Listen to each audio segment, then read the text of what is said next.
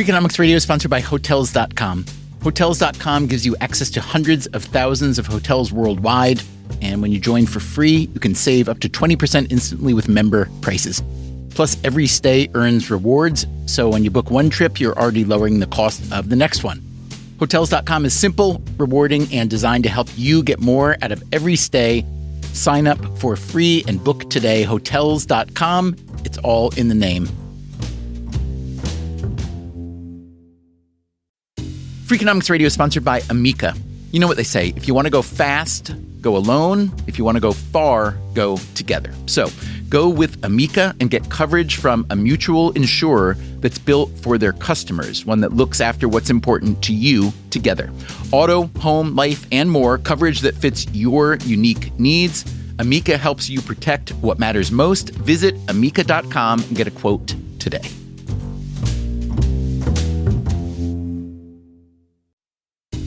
Freakonomics Radio is sponsored by Mint Mobile. Ditch overpriced wireless with Mint Mobile. Cut your wireless bill to $15 a month at mintmobile.com/freak. Upfront payment of $45 for 3 months, $90 for 6 months, or $180 for 12 months. Plan required, $15 per month equivalent. Taxes and fees extra, initial plan term only. Greater than 50 gigabytes may slow when network is busy, includes up to 20 gigabytes hotspot. Capable device required. Availability, speed, and coverage varies. See mintmobile.com.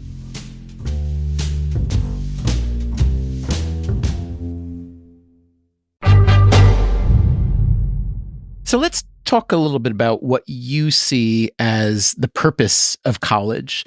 I've heard you say that some people use it for chasing status, was your phrase, while others use it to prepare themselves to improve not just themselves and their families, but society. So what do you see as the mission? Well, part of the ethos of Jesuit institutions from the beginning is that we want our students to learn and get all the tools they need to flourish, and we want to give them opportunity, but we also want them to have all of that, not just for them, but for the world. That we have this enormous force multiplier of sending them out with the desire to matter and the skills to really do that. And they will choose how, but we really need for them to understand that the saccharine high of just getting the job that pays the most or seeking status for themselves, that's not what will make them happy, and that is not the point of their lives. And so they can do that and still be happy, but what really drives you is knowing, looking back on your deathbed at your life, how did I matter? I'd like to introduce our guest for today. Tania Tetlow, president of Fordham University. Fordham is a well-regarded private university in New York City, founded in 1841 and run for most of its history by the Jesuits, the Roman Catholic religious order that dates to the 16th century. Tetlow is the first female president of Fordham, as well as the first layperson.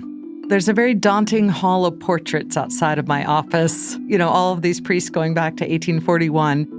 Tetlow's own father was, in fact, a priest, but while getting his psychology PhD at Fordham, he met his would-be wife, another graduate student, so he left the priesthood. Tania was born in New York not long before the family moved to New Orleans, so Fordham is in her genes. A good way to recruit me is they can tell me, you exist because of us. Fordham did recruit her, and she returned as president in 2022. Before that, Tetlow was president of Loyola University in New Orleans, another Jesuit school, one of 27 in the U.S. and about 130 globally. The Jesuits have always been big on educating as well as evangelizing. Tetlow is a lawyer by training and taught law for a while at Tulane. And before that, she was a federal prosecutor in New Orleans. What does it say about the state of higher education that Fordham chose as its president not only a non-priest, but a former prosecutor? We spend our time, all of us in these jobs, playing defense and navigating crises. Everything from the protest movements to efforts from those who work here to make sure that they're paid well and fairly, and how to balance that against remaining affordable to students. And bridging that gap just gets harder and harder. Today on Freakonomics Radio, another conversation in our ongoing look at what college is really for. With higher ed under attack from multiple angles, Tetlow sees an urgency in turning things around. The countries against whom the U.S. competes, none of them are disinvesting from education right now. We talk about the difference between religious and secular universities. I don't have to be afraid to talk about values in my out loud voice. And we talk about why, despite all the trouble and controversy, the enterprise is worth defending. If you want a great city, build a university and wait 200 years.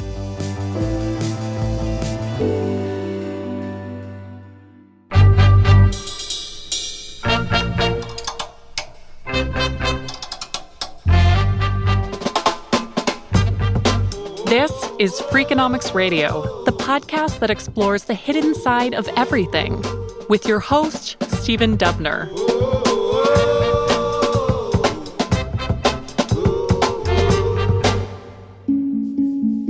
Kamala Harris, before serving as vice president and U.S. senator, was a prosecutor, the district attorney for San Francisco and the California attorney general. Now that she's running for president, Harris is leaning into her experience as a prosecutor.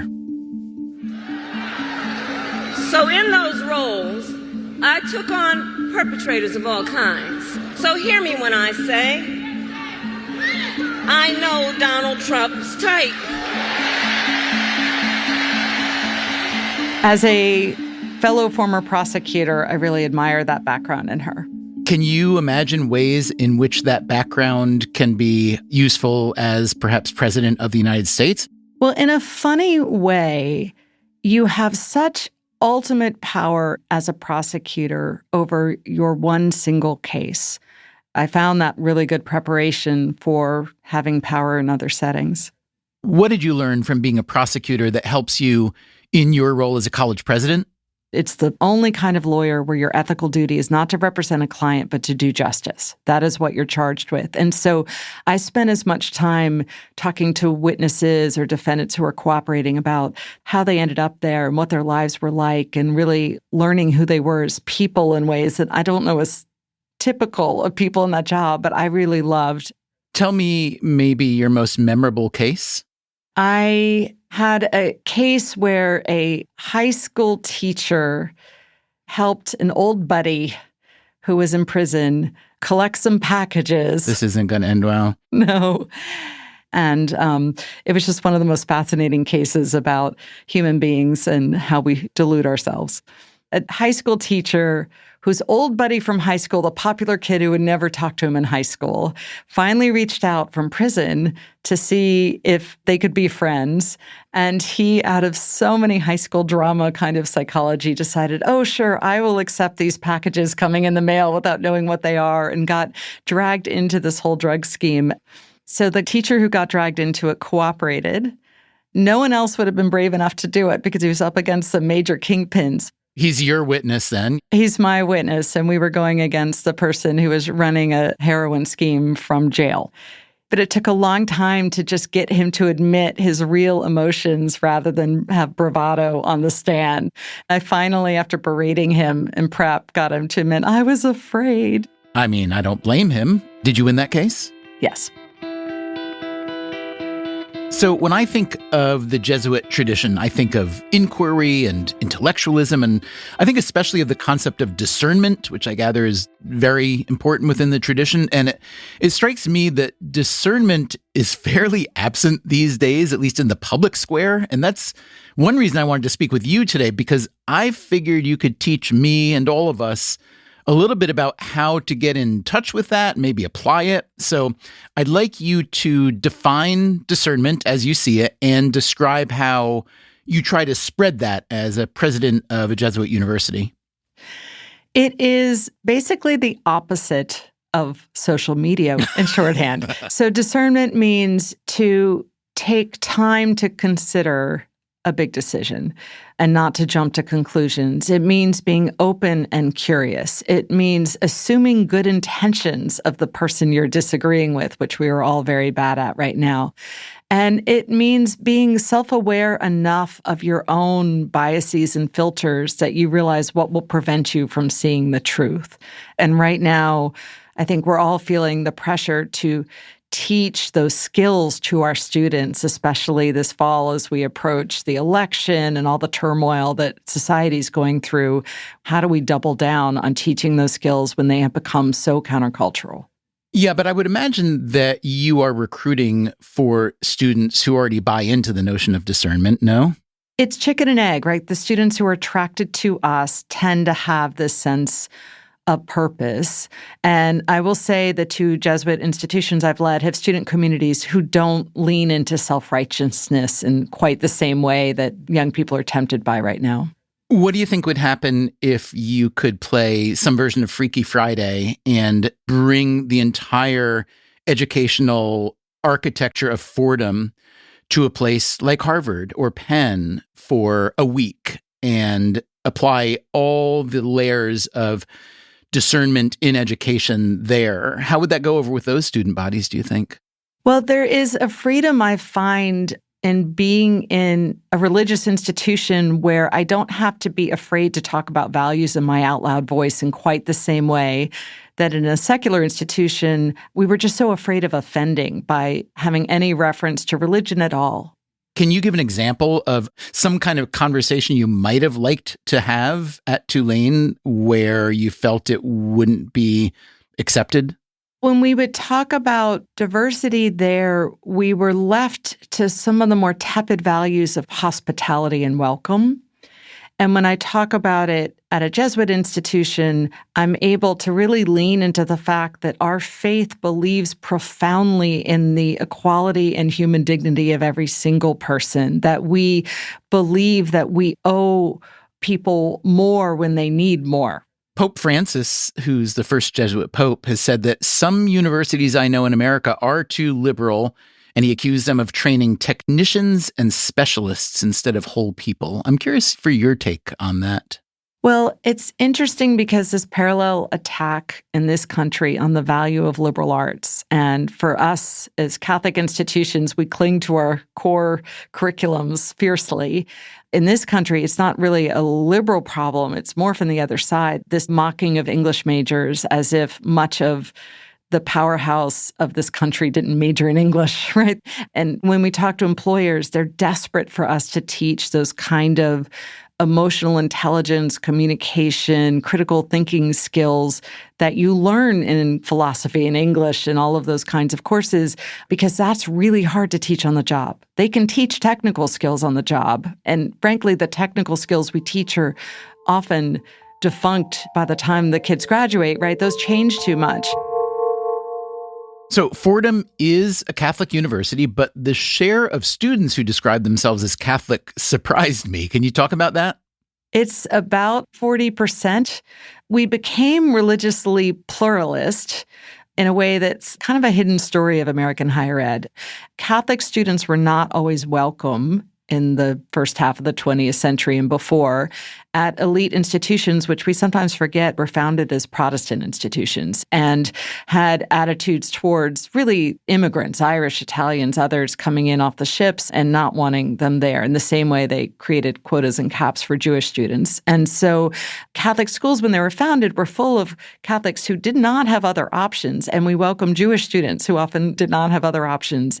When those doors opened, we had some of the same dilemmas of women's colleges and HBCUs of what do we do? And so we very much welcome students from all faiths, and it changed who we are. We became very ecumenical. But now far more of our student body is just secular. They were raised with no religious tradition whatsoever. When I look at the student population at Fordham, I see that it's got about 40% of what are called underrepresented populations, 17% Hispanic Latino, 13% Asian, 5.5% Black. It strikes me that you're significantly more diverse than a lot of the very liberal schools that talk about diversity a lot. How does that happen?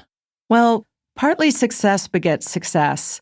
To come to a school that is already diverse means you have strength in numbers where you won't be alone. And I think it really helps to be in New York, a place that is already so diverse. We get to recruit in our backyard. We get to attract people to a city that has everyone in the world here. I'm curious how the Jesuit tradition and Catholicism generally intersect with the politics of this moment. Many of my Catholic friends and family members are really torn because they don't like Donald Trump as a person or a candidate for a variety of reasons, but they do really like the fact that he's created a Supreme Court that has put much stricter limits on abortion. And I'm curious how that plays out at Fordham. Well, Catholic doctrine does not neatly fit in either political party because in many ways it's the opposite of libertarianism, which also doesn't neatly fit in either party. So, Catholic teaching would be somewhat more conservative, restrictive on social issues, but far more progressive on economic issues than the Republican Party, right? Catholic social teaching to many more conservative Catholics seems incredibly radical, but it is in fact the doctrine we've had for a very long time in the church, and it's pretty clearly what's in the Gospels. Give an example of that for those who don't know. The Catholic Church believes profoundly in caring for the poor as a priority, caring about the right to organized labor, racial justice, all of those kinds of issues that don't neatly fit with a Republican Party that does care about restricting abortion and other things. In American society, we've always had a balance that was critical between individual rights and a sense of community and responsibility. That balance is really out of whack right now. We've leaned so heavily into individual rights, which are crucial, but if they're unmoored from the idea of community, of what we owe each other, they're really quite dangerous. If we're all in it for ourselves, who are we? And so what Catholic teachings really offer is a reminder that we do have to care about community, that we have not just rights, but responsibilities. After the break, the friction between rights and responsibilities and how it played out at Fordham this past spring. You don't point bullhorns at the library during study session. I'm Stephen Dubner. You're listening to Freakonomics Radio. We will be right back.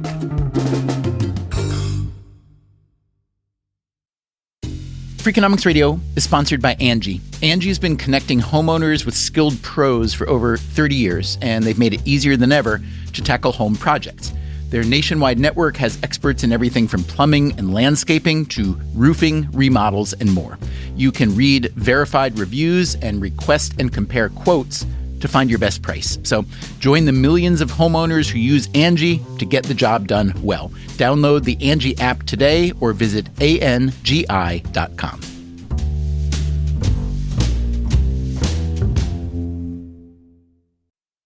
Freakonomics Radio is sponsored by Everpure. Data is crucial to businesses, but managing it can create friction, risk, and manual work.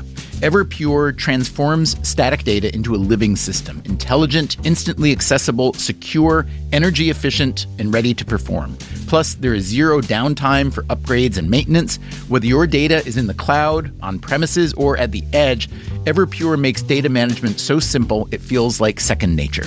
Tame your data chaos with Everpure. Visit everpuredata.com to learn more.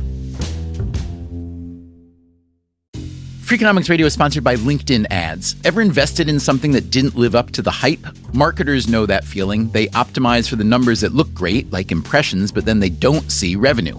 LinkedIn has a word for that: bull spend. Instead, you can get the highest ROAS of major ad networks with LinkedIn. Cut the bull spend, advertise on LinkedIn. Spend $250 and get a $250 credit. Go to linkedin.com/Freakonomics. Terms apply.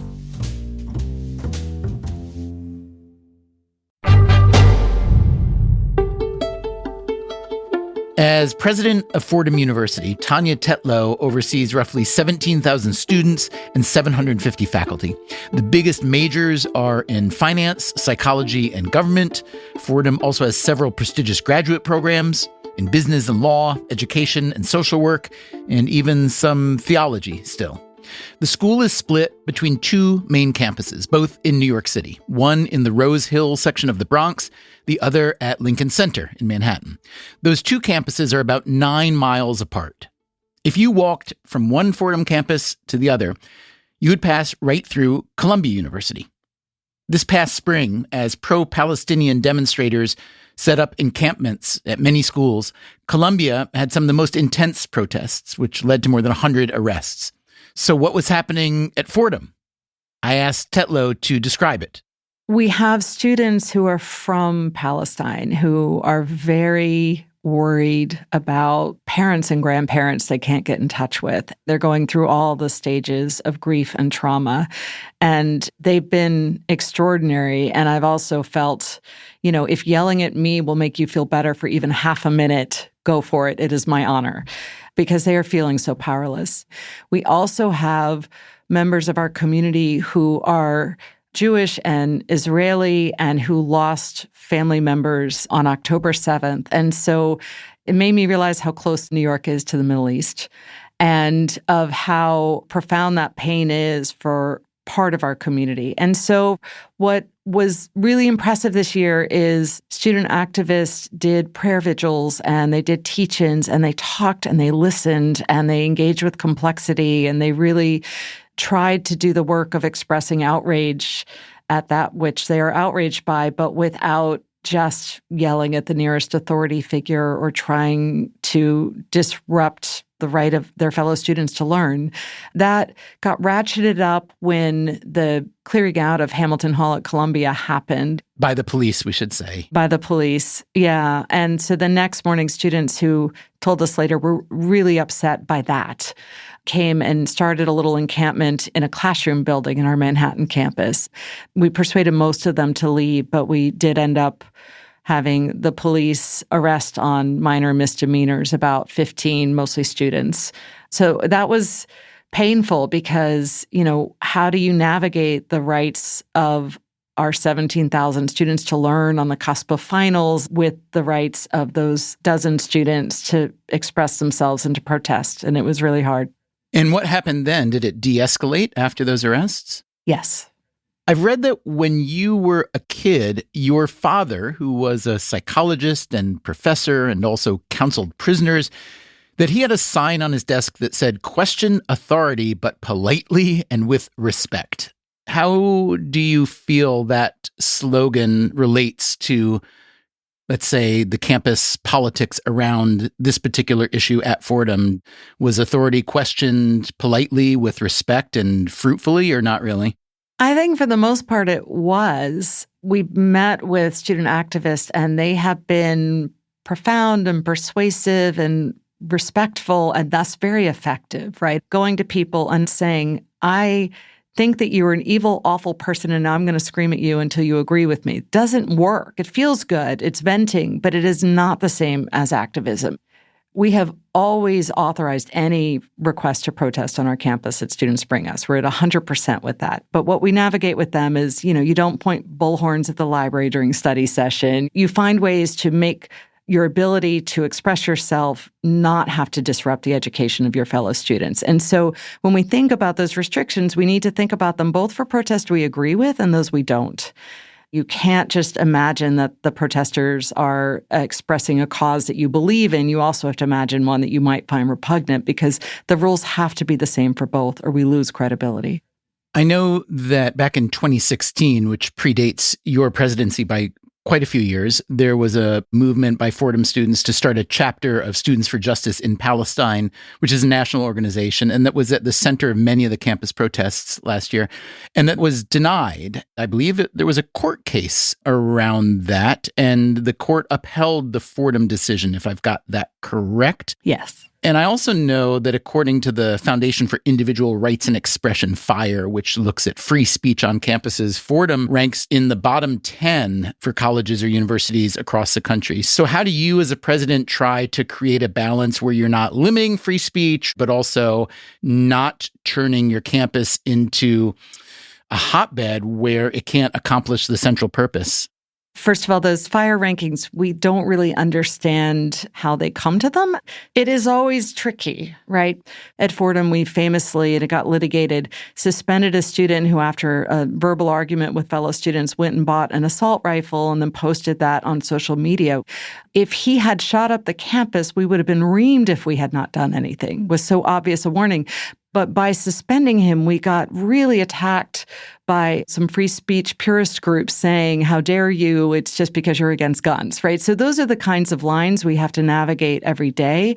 And what I find really a shame right now is those who push for more speech on campus have suddenly flip-flopped on a lot of those issues, right? Now they're yelling at us because we don't suppress speech more. This would have been a moment to really stand up and say, we find some of these protests to be anathema and disturbing, but this is what it looks like to put up with speech that you disagree with. But instead, we're just being called hypocrites because we don't suppress it. And they're being hypocrites in accusing us of hypocrisy. So it's very head-spinning because what remains is the question of, are you for this freedom or are you not? Do you have any evidence that discernment, as we discussed earlier, can help fight polarization or these kind of standoffs in the moment? I know from our faculty that every day in the classroom, they try to not just teach knowledge, but the skills of discernment of what it means to have reflective practices where we're going to really think about what we learned and stop and take time.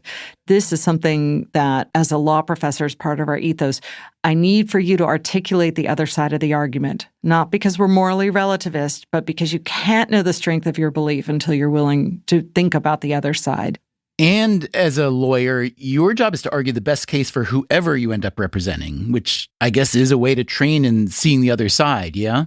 Right. I mean, legal education has a leg up in this because we've always done this work. And I think our faculty do a brilliant job of navigating how to take the temperature down when people disagree, how to say, okay, you are attacking the other student who you disagree with, you're attacking them personally, you're assuming they have bad intentions, you're not listening to them. Are you sure this is the job you want? I mean, it's a hard job. It is a very hard job, but I do love it because it matters. And sometimes things are hard because they're important. So one way universities are important, or at least supposed to be, is as an institution that can build social trust. Researchers who study this argue that universities and the military and even sports teams are places that do this well because in each case, you've got a bunch of individuals from different backgrounds coming together with a common goal, or at least as part of a community. And I'm really curious how you think about, I mean, this is an absurd and large question, but how you think about the rights and role of the individual in a community or society today with Fordham as the microcosm of that. Well, universities are one of the places of great hope. We do bring people together. And that's not just the obvious demographics. It's also rural and urban. It's different backgrounds economically. It's just different upbringings. And we've leaned into that from a progressive point hard, but also that they find commonality, that they have so much more in common when they least expect it. I think that our job is to express both and to treat diversity as we used to be allowed to do before the Supreme Court banned it, but about that quality of community and what it means. And so the court has continued to allow that in the military academies because they understand exactly how valuable it is there. They've now forbidden us from overtly considering that in admissions. But regardless, we have the opportunity in our communities to really encourage, nudge, persuade students to know each other, to lean into that. For example, Greek life can be wonderful, but it can also divide. So we don't have that here. We try to find ways to get students to bond that aren't the obvious finding people from exactly your tribe, but really reaching out across that. But it is... What's a for instance of that? Of kind of making student organizations really more about interest than about identity or self-selection and exclusivity. One of the most important places we teach is in the residence halls, right, of how we use peer mentoring because we have RAs who are just a little bit older than the students that they're mentoring and thus have credibility that we don't, and of how they're on the front lines of navigating that profound loneliness that modern society has created. Social media sort of buries them in connection that is empty, especially after COVID when they were literally isolated. They have to learn the skills of how to really be with each other. And we're now having to teach that in ways that we didn't 10, 20 years ago. After the break, Tania Tetlow on university finances and pricing. We're stuck in a really stupid pricing model. I'm Stephen Dubner. This is Freakonomics Radio. We'll be right back.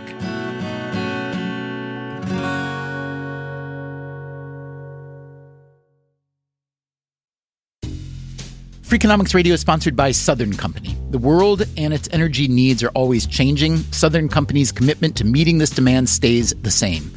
That's because Southern Company believes energy is more than a utility, it's what powers possibilities. So they are looking ahead and investing $80 billion in infrastructure upgrades and are committed to fueling growth in ways that benefit all customers so that reliable and affordable energy is accessible for generations to come.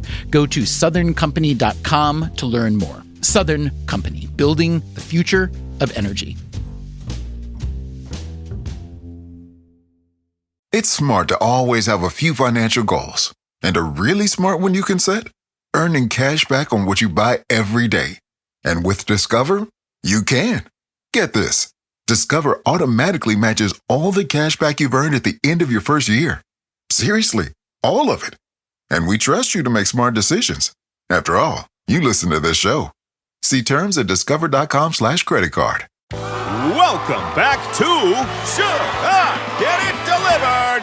Contestant, you're out of food and your meds, but are too tired to get up. Do you A, pout, B, beg your roommate, or C, get Walmart to deliver it all same day? Same day? Who knew? Gonna go with C, Walmart. That is correct. Walmart offers same-day delivery for prescriptions, groceries, and more. I love not leaving my couch. Walmart. Who knew? Subject to availability, restrictions, medication exclusions, and fees apply. Tell me a little bit about the finances of Fordham, maybe operating budget, and I'm just curious to know how things are looking.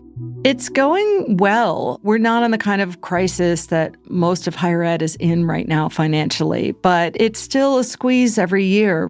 We're hitting the ceiling of what American families can afford to pay. In a world where we very much want to have normal and fair and generous pay increases for all of our employees, we're basically a service industry. So most of our budget goes to our people. And so those pressures are hard because we're pretty tuition dependent to pay for that. Our budget's about $700 million. Most of that is for the people we hire. It's very labor-intensive work to teach and serve and then maintain a campus. What's your endowment at Fordham? It is just about $1 billion. Okay, so that sounds like a lot of money to the average person, except Harvard's is $50 billion. Exactly. It's hard fought for a school that mostly taught first-generation students for so many decades, almost 2 centuries. It's sort of like a museum endowment, that interest on that is what supports us, and in our case, very specifically supports primarily scholarships. And for us, it's, maybe 5% of our budget. It's not like an Ivy League that's no longer dependent on tuition because they get so much revenue from their endowment. What would you do if you had a $50 billion endowment at Fordham? Well, we'd be able to fully meet need for all of our students, first and foremost, which would be a joy. And, we'd invest in everything that we want to do and our ambitions. Like what would that be?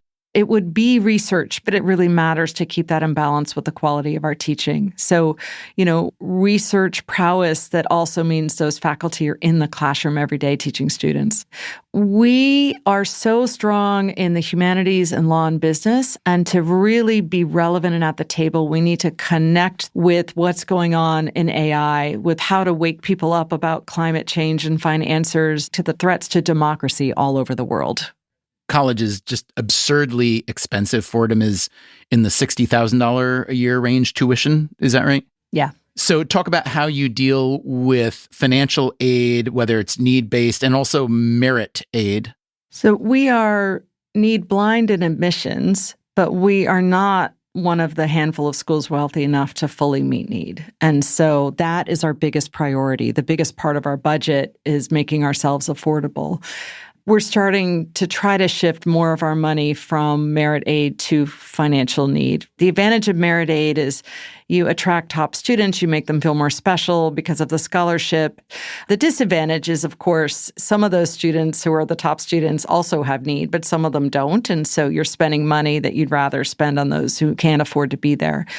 But we're stuck in higher ed in a really stupid pricing model. The part that we know about is the price discrimination, where we charge the wealthy what they can afford to pay and thus supplement those who can't. But the part that I think is hidden is that the market really drives sticker price being high because sticker price signals quality. The elite schools tend to have more of the barbell, the very wealthy and those really struggling. Most of us have far more of the middle class who often, frankly, get squeezed out of the elite schools. When schools like ours reduce our sticker price to what we tend to actually charge on average, those schools have tended to fail because the consumer is suspicious that that school is not as good because it does not charge as much. So what is your actual average price that, let's say, an incoming freshman will pay this year? With a sticker price of around $60K, what will the actual average be? 30. Wow. Well, there have been accusations that colleges and universities have colluded in the past. Sometimes they've been busted for it. There are others who argue that they should collude more. And I would think that this would be a case where collusion would be good to fight this very problem that you're talking about. Has there been any progress toward that?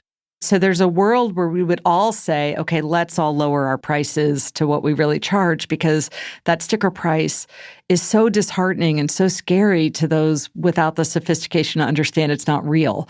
But we're not allowed to do that. We can't collude on price. So this is where the market is, it sounds silly, except that when you go to buy a jacket, and there's one jacket that's $100 that's 50% off, and one jacket that's $50, even if they're the same jacket, you're going to go for the first one, right? This is human psychology. This is how we all behave. And if you get the 50% off because you are special, because you earned the scholarship, it makes you feel even better about it. And so it is very hard for us to break out of this system. Let's talk a little bit about growing the size of student populations. Historically, the college population in the U.S. rose and rose and rose and rose and rose, but then it hit what looked to be a bit of a ceiling, and it's come back down a little bit. There are some schools, however, who just don't like to grow. There's research by these two economists, Peter Blair and Kent Smetters, that finds that elite colleges have mostly capped their enrollment numbers since the 1980s. Their argument is that those caps have to do with mostly universities wanting to maintain their prestige, protect their reputations. And they argue in a kind of quiet voice that this is a shame. The idea being that if these universities are so good and so elite at educating people, they should educate more people, just like any firm that's successful wants more customers, not the same number.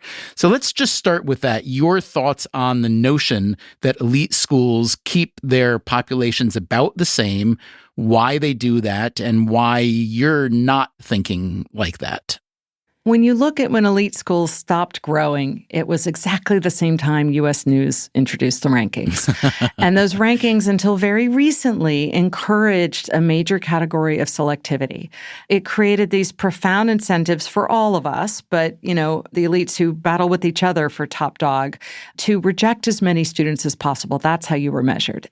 The elites get status and prestige and very specifically rankings by virtue of how low that acceptance rate is. My favorite satirical headline once was, Stanford achieves 0% admission rate. It was a joke, but it was something very real. Just barely. Yep. Yes, exactly. That's where we've landed. The idea that the solution to this is to get a few thousand more students into those elite schools, I think begs the question of why they are the answer. Because what the rankings also did is it took a higher ed system of glorious complexity and variety, about 4,000 nonprofit schools, and it put us in line order when really we're in clumps of ties. And it was never true that you could only get a good education at a handful of schools. I think to buy into that, to say that that should be the focus, really ignores the fact that there are probably 100 universities in this country that provide the same kind of academic excellence. And we need to remind ourselves of that, because the more we just play into the rankings game of chasing status, the more alumni get status from giving to those universities. We've really ratcheted up the cleaving between the haves and have-nots, and that gets worse and worse. So Fordham, I believe, has increased enrollment by about 10% over the past 10 years. Does that sound about right? I think so, yeah. So talk to me about that. When you're trying to grow, especially in a city like New York, what are the big challenges? Are there enough good professors? What does it mean for facilities? Are there enough students that you want, and so on? The biggest challenge is students. because right now we have a demographic downturn in the number of 18-year-olds generally, and that will peak 18 years after the 2008 recession started. People dramatically had fewer children. But we also have a drop in the percentage of Americans going to college, and that has been rather dramatic. It's a mix of COVID and then most recently of the FAFSA form debacle. So you may have seen in the news, but the Department of Ed stumbled for all sorts of reasons to redo the FAFSA form. In case you haven't seen the FAFSA debacle in the news, FAFSA stands for Free Application for Federal Student Aid. It is administered by the federal government. This past admission season, there were technical problems that meant FAFSA came online 3 months late and then sent inaccurate financial aid offers to around 1 million applicants. What it means is that for most schools, they're looking at a decline in their populations, and in community colleges, especially a quite dramatic one. So for any school other than the very, very elites, to grow is not possible right now. What I worry about is that for most of higher ed, they're just not going to be able to make it anymore, and the country will suffer so much from that. We understand still as a society that K through 12 is a right, is not seen as some kind of commie experiment, but somehow higher ed is not seen as a right anymore.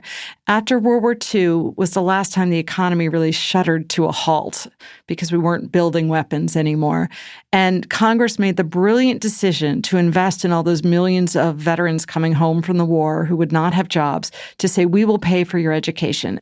And it fueled so many Nobel Prizes and Pulitzers and the rise of the middle class in the 50s and global economic dominance in the world. It was such a smart thing to do.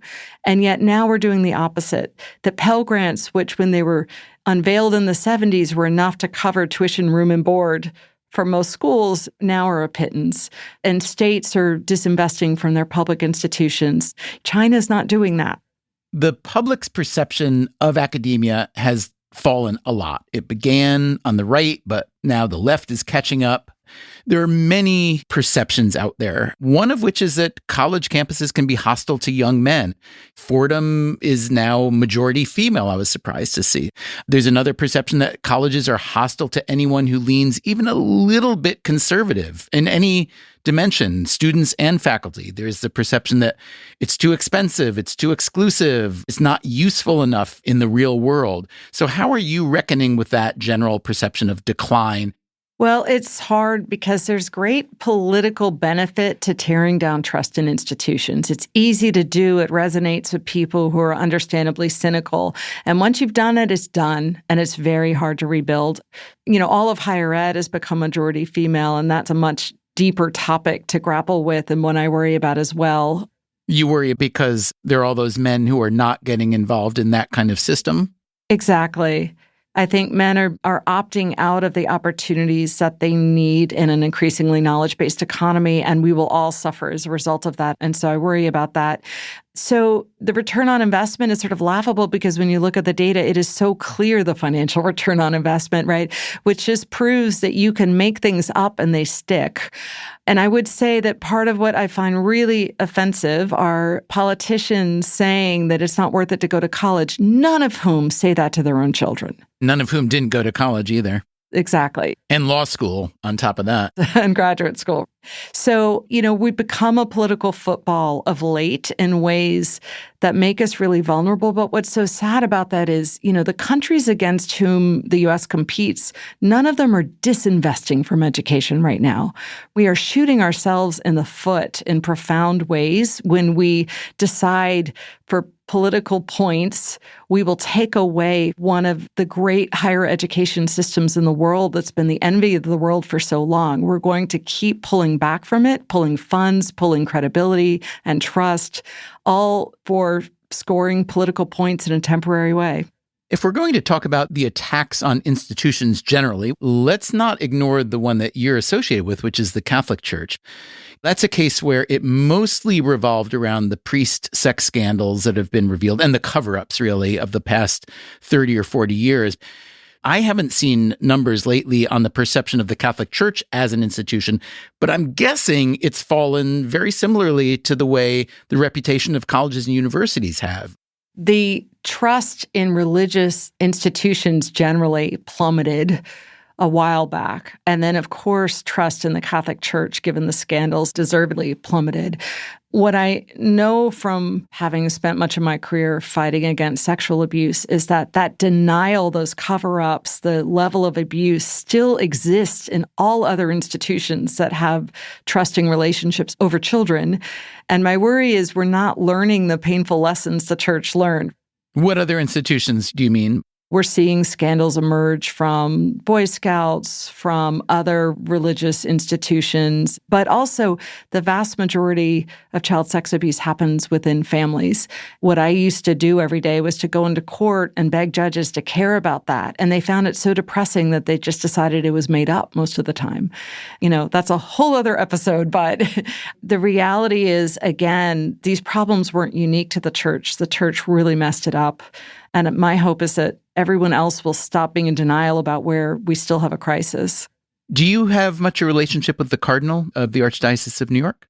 Yes, Cardinal Dolan and I get together at least once a year, if not more often. It's not that Catholic universities report to the church, nor do we get funding from them, but we exist in relationship. And I'm lucky in that it's a very friendly and cordial relationship. Do you think it makes sense that academic institutions like Fordham have such big tax advantages in a city like New York? You know, if you look at the biggest landowners in New York, two of them are universities, Columbia and NYU. And then the Catholic Church is another big one. And they're all tax exempt. And you at Fordham are kind of at the sweet spot of those two. Does that make sense to you in a 21st century tax environment? Here's why it does. When you are taxing a for-profit entity, you are creating a business expense, you're taking off a profit margin to fund city institutions.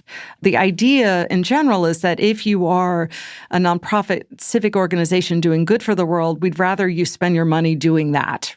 We are huge economic engines for cities. Senator Moynihan had a great quote that if you want a great city, build a university and wait 200 years. So if you were to design what will make an economy flourish, it would not just be the infrastructure taxes pay for, it would be great universities. If we were looking ahead to Fordham, let's say 20 or maybe even 50 years from now, in what significant ways would you like it to be very different than it is today? You can keep all the good stuff, but what would you like to change? I think when I look ahead, deep down, that what I would like us to do is to not chase status. It's just to do good for the world. And that has become ever more crucial because the problems of the world just seem so urgent and full of despair. And so that we look back on our careers here at Fordham and know that we mattered. And not about silliness that doesn't matter, but we have hundreds of thousands of living alumni, and they matter every day in ways we'll never see. And did we have a profound impact on the kind of ethics and empathy and work that they do every day? I'd like to thank Tania Tetlow, president of Fordham University, for a conversation that was much meatier than many conversations I hear these days with people in positions of authority. So I appreciate her forthrightness and her courage in saying how she really sees things, or at least what I think is how she really sees things. Maybe I've been the target of a massive con job, but I don't think so. One reason I wanted you to hear this conversation today is because next week, we are going to start playing for you an updated version of one of the most important series we've ever made about the economics of higher education, the supply and the demand, the controversies and the hypocrisies, the answers and the questions. Why are more women going to college than men? What happens when Black and Hispanic students lose admissions advantages? How does the marketplace for higher education operate? I tell you something, it's a darn good question. That's next time on the show. Until then, take care of yourself, and if you can, someone else too. Freakonomics Radio is produced by Stitcher and Renbud Radio. You can find our entire archive on any podcast app, also at Freakonomics.com, where we publish transcripts and show notes. This episode was produced by Zach Lipinski with help from Dalvin Aboaji.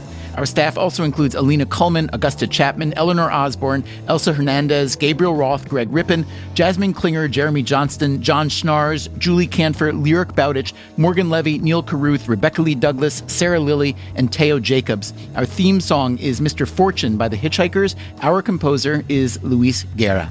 As always, thanks for listening. We have always, sorry, I'm trying to think of the word. The Freakonomics Radio Network, the hidden side of everything. Stitcher. There's only one Ozempic. Hello, I'm Ozempic. And I'm other GLP-1s, kind of like him. Ozempic, you redid your jingle?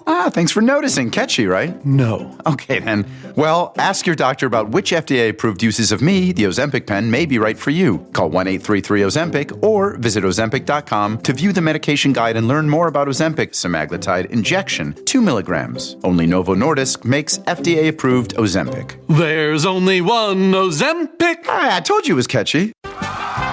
Welcome back to Should I See a Doctor? Contestant, you're camping when a rash appears on your leg. Do you A, ignore it, B, frantically search the internet, or C, use telehealth through Walmart? Telehealth through Walmart? Who knew? Oh, I'm going to say C, Walmart. Correct. Walmart can connect you with 24/7 virtual medical care. You genius, you. Well, I can fold a fitted sheet. Walmart. Who knew?